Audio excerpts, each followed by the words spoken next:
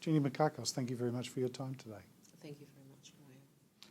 We're interested in getting to know you a bit more as a person and as a leader, and understand a bit more about your motivations and why you do what you do. So I know you were elected to Parliament some time ago now. You've been involved both in opposition and now in government, but that's only part of the person. Why do you do what you do? Well, my background is one of coming from a working class migrant family, as is the case with many Victorians who've made Victorian Australia home.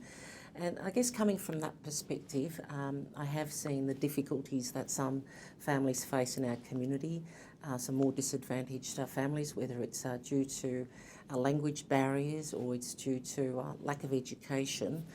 So I feel very fortunate that I've been very lucky in my life to have a very supportive family, firstly, to have a great education, to have been able to go to university, being the first in my family to get a university education, and then to be a solicitor and have the opportunity to represent the community is really a privilege. So I feel it's my obligation to be able to put something back into the community. Social justice is something that I'm very passionate about, and I think when you are a person who feels very strongly about making a difference, then you have an obligation, when you understand some of the issues and problems that our society faces, to work to improve things in our society. Is there anything you think that makes it unique for you, the way you approach it or how you see it? Well, I think my style is a very consultative one. I've made a point both in opposition but also now as Minister to try and engage very closely with the stakeholders that I work with, to have that regular dialogue, to really try and understand at the grassroots level what the problems are, what the issues are, and to work in a collaborative way to address those issues and those problems. Where do you draw your thoughts from or your inspirations from?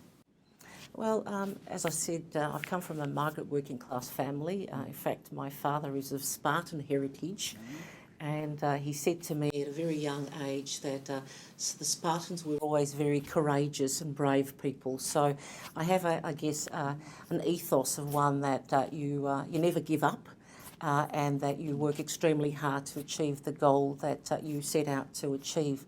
But my family has been a great source of support and inspiration to me, both growing up and they continue to be.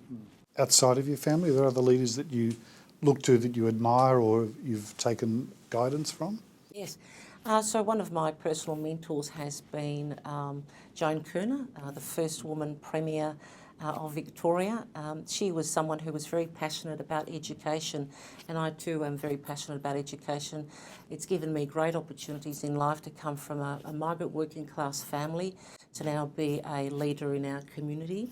But also I look to other heroes. I have a strong passion and interest in relation to human rights issues. So people like Aung San Suu Kyi, Nelson Mandela, people who sacrificed everything for freedom, for human rights, for a better society, are people that I find extremely inspirational.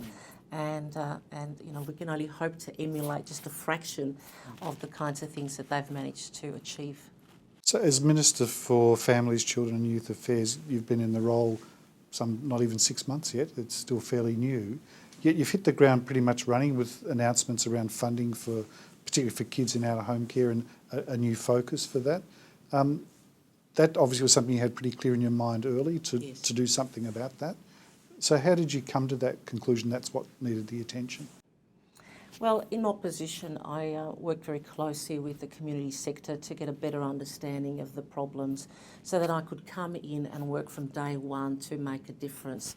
And it's been very important to me to be able to get some things happening right from the word go in our first 100 days in office, to be able to make some, as I see them, key announcements, our new targeted care packages for $43 million to help transition more children out of residential care into a home-based care environment. Also to address issues around safety and quality of care in residential care through $16 million of investment for mandated staff and spot audits for residential care units, but most importantly, the work that we're doing in relation to foster care, a new recruitment and retention strategy for foster care. I think every child deserves to have a safe home, a loving home, and if we can value our foster carers more, then we can encourage more people to put their hands up and be foster carers. I think that would be a wonderful thing for the community. What's one piece of advice that you've had over your career, even perhaps before your professional career, that you go back to? Is there a mantra that you use, or a slogan, or a piece of advice that you think really works for you? Well, I referred to earlier my father's advice about never giving up and really being courageous in what you set yourself up to achieve. But my parents also ingrained in me the need to put back into the community to make a contribution. We feel very fortunate being a migrant family to appreciate everything that this wonderful country has to offer, and so I feel that I really have a responsibility to make a contribution back to Australia, back to this wonderful country, and I feel tremendously privileged to be in a position where I can do that and get paid for it as well. Jenny, thanks for sharing some of your story and your time today. Thank you very much.